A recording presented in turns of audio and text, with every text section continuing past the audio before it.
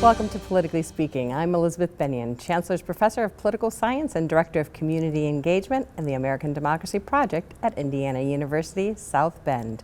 In 2023, there were roughly 4,400 people experiencing homelessness in the state of Indiana. That number likely underestimates the extent of the problem. That same year, South Bend had 552 shelter beds that were completely full with long waiting lists, despite an additional 335 units of permanent supportive housing and 119 sober living spots. In order to address this issue, the city of South Bend named Carl Hetler the full-time coordinator of homelessness. Thank you, Carl. Thanks for being here. I want to start by asking you, when you were appointed, how did you understand your role, and have there been any changes about the way you think about your work now that you've been in the job for almost a year? Thanks, Elizabeth. It's great to be here. Coming into this role after being a pastor in South Bend for 15 years, I knew a lot of the people who were struggling and a lot of the agencies that were involved caring for people. And so what I really focused on from the beginning was helping connect those people who were in need with all the different agencies that we have that are providing meals, providing shelter, and providing support services for things that people are struggling with, where they need assistance in their lives. I think one of the things we've seen over the past year is the need to better understand the data from some of the numbers that you shared, what's happening locally when it comes to housing, when it comes to services that were being offered, to look for the trends. And so we've tried to do a better job of improving the data that we're gathering and sharing with all those agencies so they understand who's in need, what the numbers are, and where we can target our resources and efforts. And you actually started on a short-term contract that was recently made permanent. It sounds like the city has decided that this is an issue they really want to address over the long term. Right, because we're seeing successes in how we're able to care for people. We're seeing an impact in people's lives. We're doing better collaboration with agencies working together, getting people support services, and we're able to identify what are the gaps that we need to target and make improvements so that everyone gets the support that they need so that we can live in a community where everyone has the safe, stable, and secure housing that we all desire. So let's talk a little bit about what the city is doing specifically to address the shortage in the sort of long-term permanent housing for people who are experiencing homelessness. Right, it's a big issue that we see. Like you said, there's long waiting lists at our major shelters like Hope Ministries and Center for the Homeless that do a tremendous job caring for people and getting them stabilized and moving them into independence. But there's a lot of people still waiting to get into those places. Having Motels for Now, almost for 4 years, we've seen the impact of providing a low barrier shelter, and the city was committed to continue to fund that, to be able to help purchase the land so that we could maintain that and improve that. And then even this past winter, to expand the Weather Amnesty offering at Center for the Homeless. That was our main and only site to provide emergency shelter where people could get the care that they needed to be able to get off the streets and be able to have a safe place for them to go. And so we're providing that low barrier housing that people need, providing that emergency shelter through the winter, then also funding some of the support services that people need when they're struggling with housing, which includes mental health services. And so we opened recently, earlier this year, just a couple months ago, the Crisis Support Stabilization Center at Oaklawn at the Epworth building on Niles Avenue. And that's been a tremendous resource to have a place where people can go. And that was done primarily because of the funding from our city to be able to open that and get that initially staffed. So as you talk about a housing first model, you mentioned the Knights End. What is that, and is there any evidence that it works? Yeah, so Housing First says we're not going to make you first get sober or clean before we're going to give you housing, but we're going to provide that housing and provide the wraparound services and give people that trusting, safe environment where they can find a place to get stabilized, where they can then get the support that they need. And what we find again and again is that makes a huge difference for people. We had a number of people who were chronically homeless, had been homeless for a year, for 10 years in our community, who hadn't been able to get involved in some other shelter. But at Motels for Now, they found stability, they found safety, and we've been very successful at getting those people not only the services that they need, whether that is mental health, addictions, medical care, rehab, job training, to then move people into independent living. We've housed over 200 people of our own neighbors. These are residents, the majority of which went to a local high school, We've housed over 200 of them in different apartments and other living arrangements coming out of Motels for Now, and over 150 of them are still housed. And so not only are we seeing success with moving people into housing, but they're staying there also because they have that support, they have that stability, and it's made a huge impact in our community. Now, one of the reasons that shelters give for having some criminal background screens, tox screens, etc., is the safety of the other residents who are staying there. So how are those kinds of issues addressed in a place like the Knights End where you're taking that housing first approach? Right, and safety is a concern because we're dealing with vulnerable people. People who are unhoused are not more likely to commit crimes, they're more likely to be victims of crime. And so we're very concerned for the safety of all of our residents, especially those at Motels for Now. And that's why we've done improvements with having things like 24-hour security on site, while we've upgraded the camera and security system through city funds to make sure everyone is safe and secure on the property. Because for the most part, people want to live in peace. They want a safe, secure place to be, even if they're still struggling with an addiction or have mental health challenges. And so making sure people are safe has been a priority of Motels for Now, and something we've been successful in. In the last 6 months, we've had very few calls for police services, and those are often always non-emergency. And so the staff there, run by the Catholic Worker and Our Lady of the Road, have done a tremendous job of creating a safe environment for people where they can be safe, they can take those steps towards recovery that they need, and we are able to provide that safe place for people. And now that's part of a larger continuum because there is still a place for recovery first, as you describe it at Hope, or the Center for the Homeless, or Life Treatment Center, or other partners like the Upper Room. And so we think that there's importance to have all these varieties of options for people in our community. Some people are ready for that and they want that more structure, more supervision, more classes that are provided at other sites, and that accountability. And other people aren't ready for that yet. And so by providing this whole continuum of care, we're able to meet people where they're at, care for our whole community, and help them move forward towards independence and self-sufficiency. You mentioned that some people are struggling with addictions, others may be struggling with mental health challenges, and you also mentioned there are some police calls. Are the police trained to deal with people, and how are other city officials who are working on this issue trained to deal with people who may be experiencing trauma or other types of mental health challenges? There's a concept about trauma-informed care that Beacon and Notre Dame have helped to do a lot of training for different agencies, and I appreciate what Chief Ruskowski has done with his police force to do more crisis intervention training. And I've been able to be a part of that, to share my experience, what I see on the street, what people are struggling with, and how to help de-escalate situations, understand the trauma people have been through, and find ways to peacefully resolve our situations.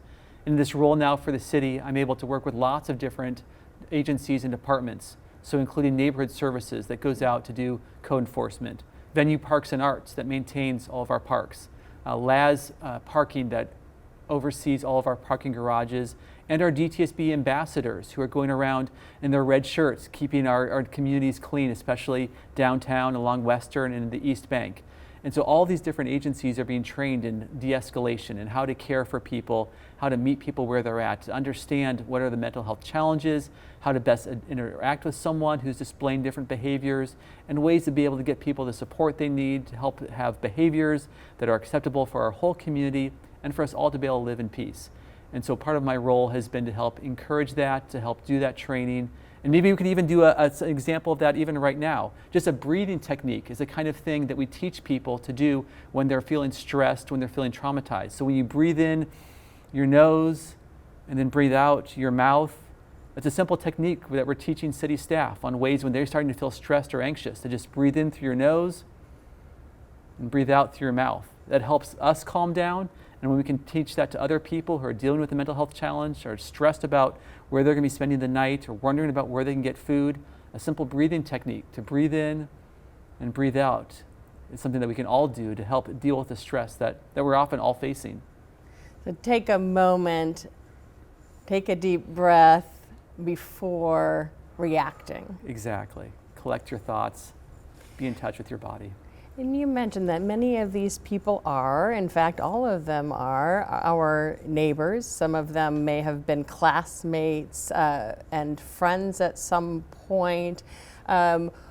Are addiction and mental health issues the number one factor or the top two factors that you're seeing in terms of why people become homeless?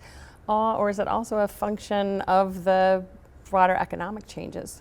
Primarily it's economic, whether that's issues of divorce or rising rent or underemployment or the rising prices for items, that's often the driver for what is causing people to lose their housing that we see. Now that Motels for Now has really addressed that chronic homeless problem, what we're seeing are more people falling into episodes of homelessness because of the economics. And so that's why the city's committed to not only providing those services to help people, but to do what we can to prevent that, to think about how can we rapidly rehouse people who are in danger of losing their housing. How can we work with people who are facing eviction to get them the support and services that they need? And how can we build more housing? We know that there is an undercount of the housing that we need across our city. And so the city's committed to building not only market rate housing, but to also invest in making sure that we have affordable housing. We have 100 units that'll be coming online in the next year that are currently under construction. We have additional 100 units that are fully funded and another 100 units that are being planned, so that we are committed to making sure there's more affordable housing, because we're all seeing the increase of rates in housing, whether that's for your rent, for your property taxes. And so we want to make sure that there is affordable housing for people who are on limited incomes, who are struggling to make ends meet, so that we have a community that represents the diversity of South Bend that we all celebrate and cherish and benefit from. Yeah, even people who may be in the same job and they've seen some increase in their wages are seeing higher property taxes, more expenses related to their transportation, their health care. So it seems like more and more people are realizing in this housing market that many of us are vulnerable. Right, exactly. And that's one of the things we want people to understand, is that any one of us could have a financial crisis, and not just from our rent, but from a medical condition or an emergency surgery that causes us to have extreme costs and bills that we can no longer pay, or we may have some other challenge.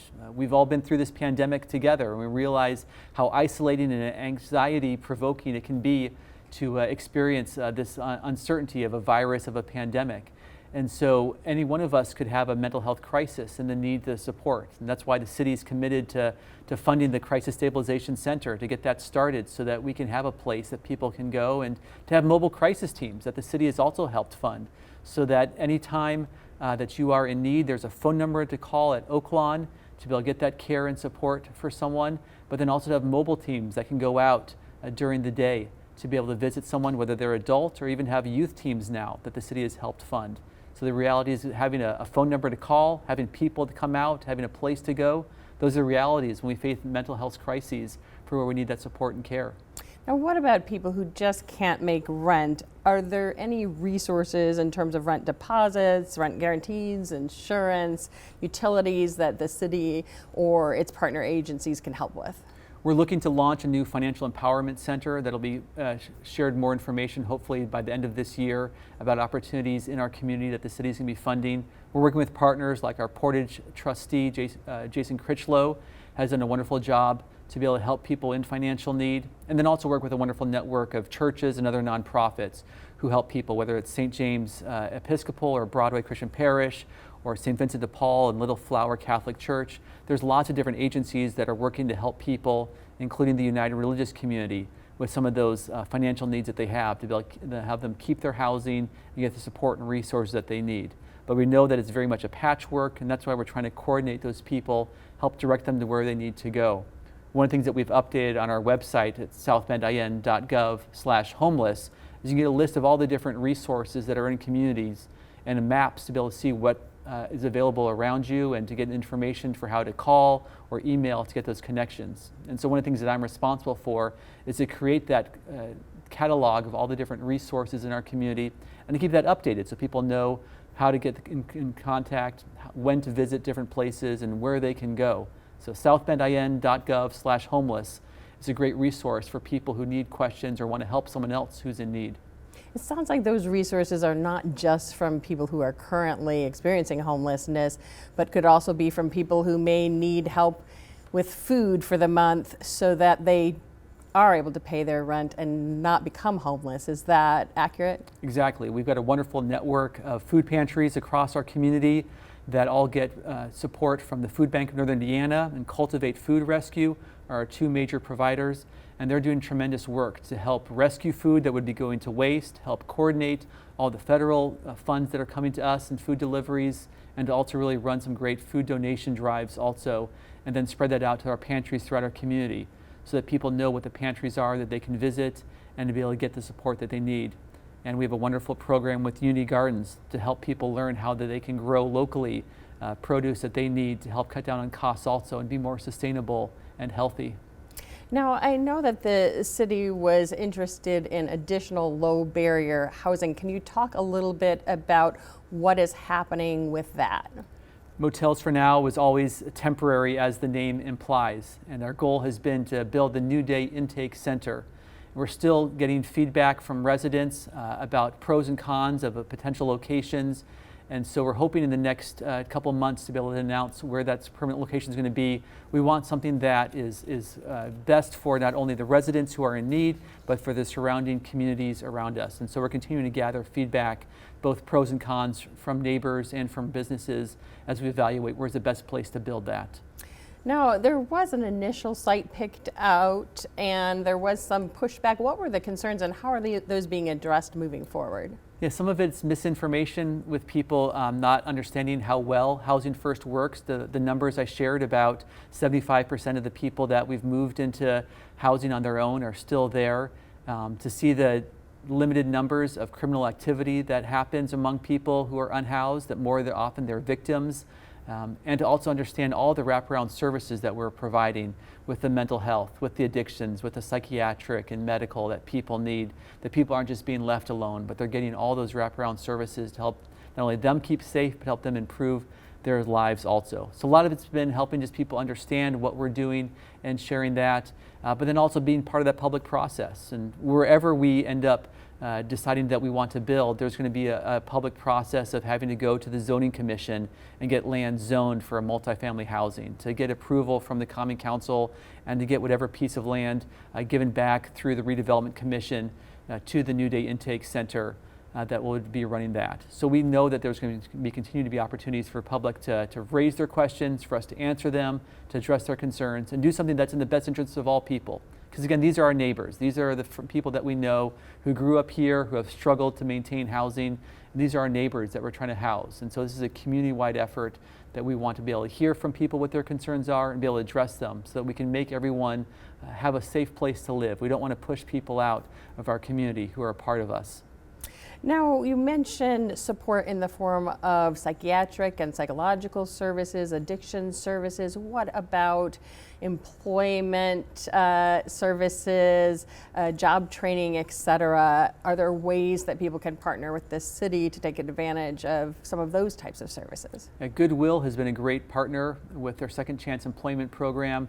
Has been a great place to get people those opportunities to get job experience and development. Work One and other job placement sites have also been really helpful. We're continuing to work with the South Bend School Corporation with their adult education to get people more options for that training. Because one of the things that we see is the need for more recovery coaches. When people go through substance use and as they enter in sobriety, they're the best people to help others along that path also. And so we have a number of recovery coaches who work through Oaklawn in the upper room. And we'd love to be able to train more people with their lived experience to be able to help others experience sobriety and find safety and a growth in themselves. So there's lots of job opportunities. As we continue to see economic development throughout our region, we know that there's more job opportunities for people as they become stable, as they're able to hold down employment. And so we're continuing to find more partners of people who want to work with us. It even comes in small places like some of the restaurants that employ people because they want to give them a second chance, because their people have skills and opportunities, or some other seasonal work that happens, especially in the summertime. There's great opportunities for people to get those opportunities to be able to get some skills, get some trade experience, be able to get some income. And so there's a wonderful collection that we have on the small scale and the larger scale of people getting those job opportunities to develop that self-sufficiency and to be able to give back to the community. It sounds like many businesses have responded well and are interested in partnering with the city to address this problem. Perhaps the fact that so many are looking for employees helps to incentivize that. Overall, how would you say the community and the business community has responded, and how are you reaching out? So we see the businesses interested in trying to help people out, and so they want to know what the resources are. Where can they send someone who needs shelter, who needs a meal, to be able to share some of this information that we have on our website so that businesses know where they can direct people, what the resources are. That's been often the first step, because our business owners want to be able to provide for all of the people in our community and are compassionate and very caring while they seek to run a business also. And so we see people sometimes getting small jobs, like there's a guy who likes to sweep a local gas station. And so that's his job, is to sweep the gas station and pick up trash. And the gas owners appreciate that. And sometimes people who are hanging out late at night, they're tasked to help make sure everyone stays secure and safe. And they have that responsibility to care for that business and that community.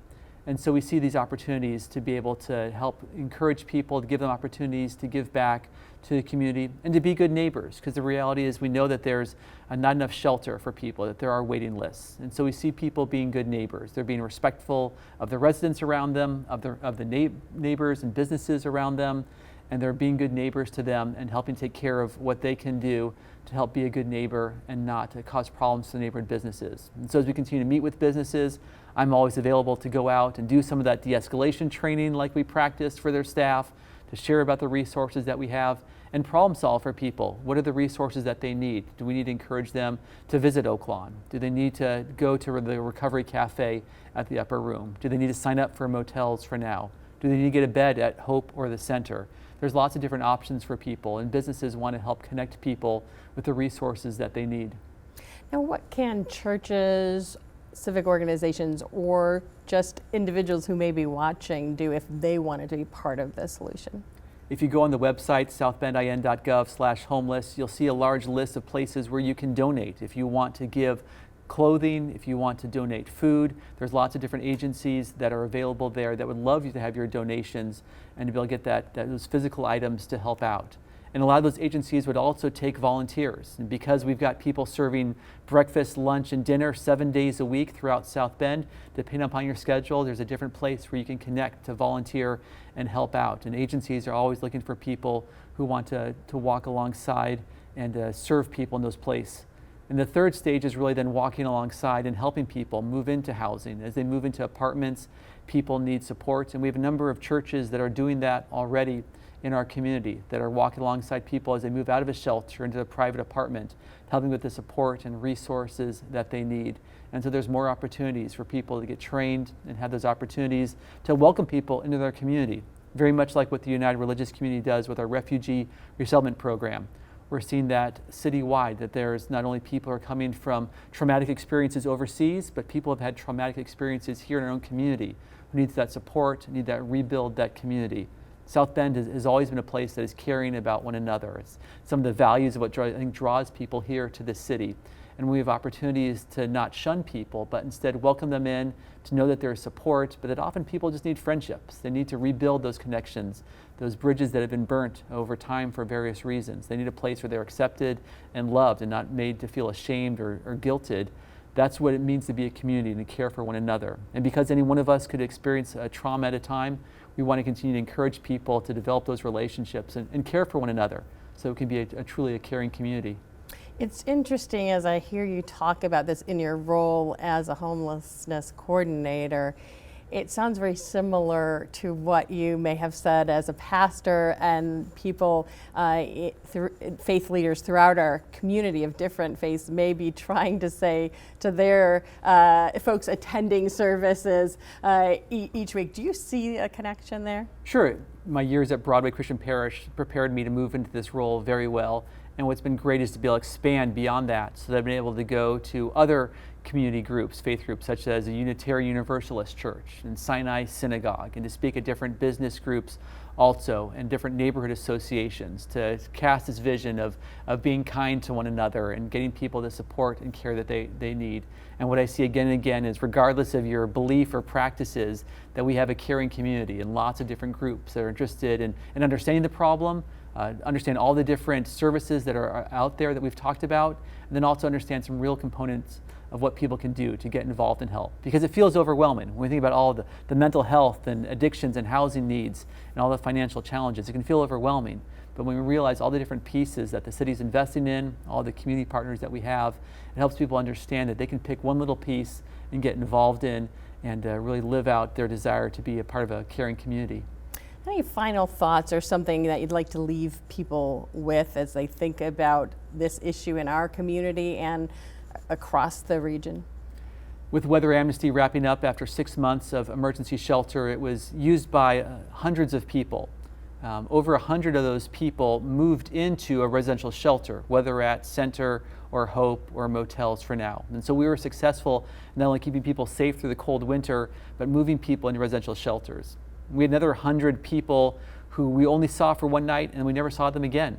And it's that reminder that sometimes we're in a crisis and we need a place to lay our head, to get a shower, get a clean change of clothes, and then we've got enough resources to move on and we don't need anything else beyond that.